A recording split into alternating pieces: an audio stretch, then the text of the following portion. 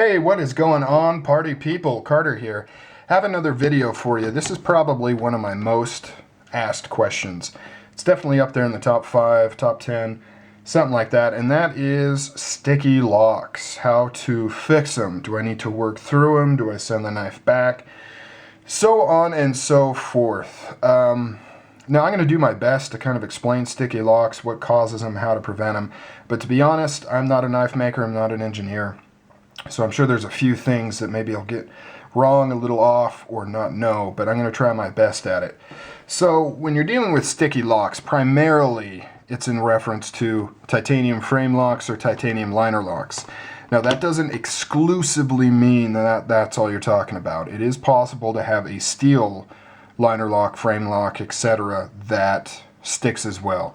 It just doesn't happen as often, and generally speaking it's a lot easier to resolve. The titanium is where you really get into sticky things. Now, going back to how I'm not an expert, main reason I bring that up is this strider right here has got some stick to it. It's not too bad, but it does. It's got some stick to it. If you open it up really hard, it'll stick.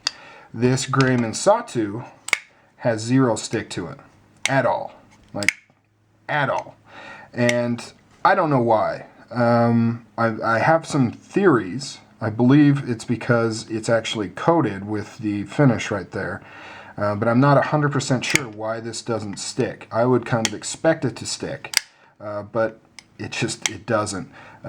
So I am kind of limited in all of my knowledge, but I can help you guys out, trust me. So basically when you're dealing with a sticky lock, you're dealing with a soft material, titanium, that is being jammed into a harder material, the steel.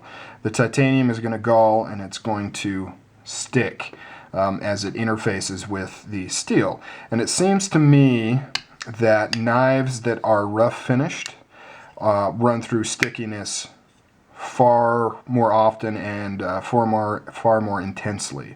Knives that have polished surfaces, really smooth surfaces like Chris Reeve knives, tend to not stick as much. So when you're dealing with a strider like this, these are finished rather roughly. You can see all of the deep grind lines right there, as well as the surface right here. It is not polished like you'd see on a Chris Reeve.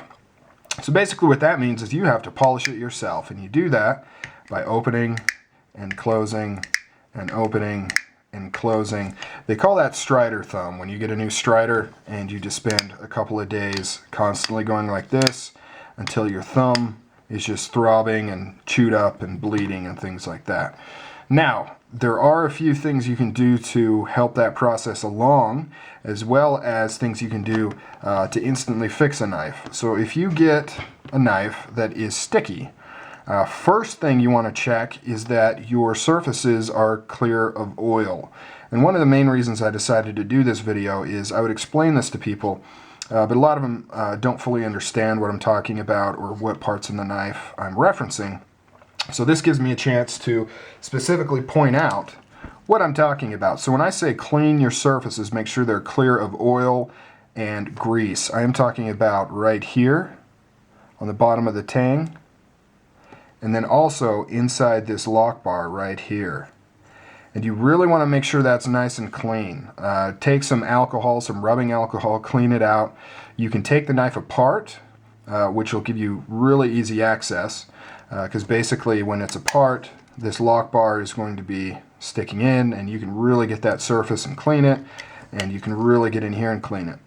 Now if you're not going to take it apart, just get some Q-tips, clean it off in here. You know, take the corner of a paper towel or something, fold it over, and just slide it in here, and get those surfaces nice and clean.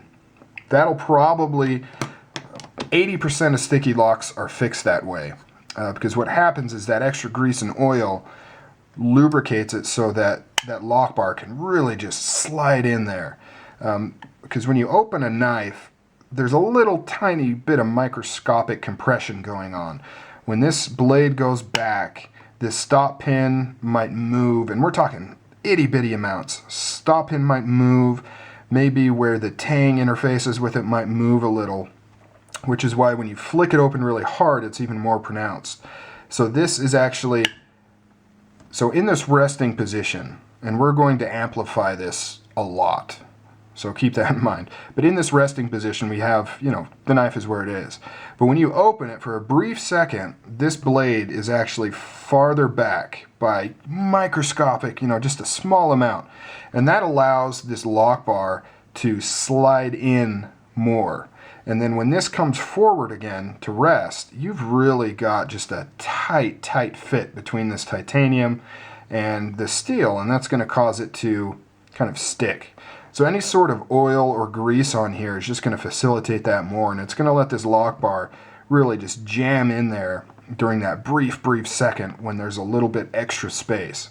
And that also will help if you have a knife that's designed really well so that the parts are really tight, press fit together, a shouldered blade like this, so that when you do open it, you get a minimal amount of extra movement in the blade backwards, which also might be part of the reason why this Sawtooth doesn't have that problem. It is put together amazingly well. When you have things like that, it'll help minimize how far this lock bar really jams in there. Whereas the Strider here, you've got these steel pegs that are hitting basically just one titanium shoulder. And once again, titanium is soft, so it does give room potentially for a little bit more flex when this comes back, which may account for some of the extra stick in Striders. That's kind of just some conjecture there, but you know, I think it might be the case. But anyway, so oil and grease, clean it up. Next thing you want to do is take some graphite, so pencil lead, and right where that engages, so right there, you can actually see on here where it's got the little wear. So that is where this lock bar actually engages over.